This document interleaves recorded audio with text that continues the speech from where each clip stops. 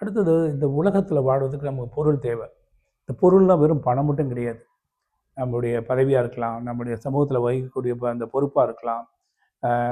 அந்த ஒரு நிலைக்கு போய் நம்ம சேர்ந்துடணும், உயர்ந்த நிலைக்கு போகணும்.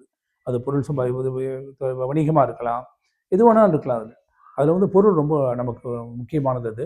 அது வள்ளுவர் வந்து பொருள் செயல் வகைன்னு சொல்கிறாரு. பொருள் உடைமைன்னு சொல்ல கிடையாது. அதை நம்ம கவனிக்கணும். அதில் அருளுடைமை, அன்புடைமைன்னு எல்லாத்தையும் உடைமையாக சொல்லுவார். தவறையும் கூட பொருளை வந்து உடைமைன்னு நினைச்சக்கூடாது அப்படின்னு சொல்லிட்டு பொருள் செயல் வகைன்னு சொல்லுவார். பின்னால் ஒரு அதிகாரத்தில் நன்றியில் செல்வம்னு சொல்லிட்டு எப்படி செய்யக்கூடாதுன்னு அந்த பொருளை வச்சுட்டு என்ன செய்யக்கூடாதுன்னு பற்றி சொல்லுவார். அந்த பொருள் செயல் வகையில் வந்து அவர் சொல்கிறார், அவர் செய்க பொருளை செருணர் செருக்கருக்கு வெகு அதனில் கூறியதில். அப்போ பொருள் சம்பாதிக்கணும், நல்ல வழியில் சம்பாதிக்கணும். அரணீனம் என்பமும் ஈனம் திறனறிந்து தீதின்றி வந்த பொருளும்பார். அப்போ வள்ளுவர் என்ன சொல்கிறாருன்னா, எளிமையாக வாழ சொல்கிறாரு, ஏழ்மையில் வாழ சொல்ல கிடையாது.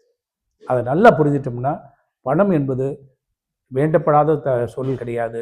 அவர் தாழ்விழா செல்வராக நாம் இருக்கணும். அதை பின்னால் சொல்லுவார் நாடுங்கிற அதிகாரத்தில்.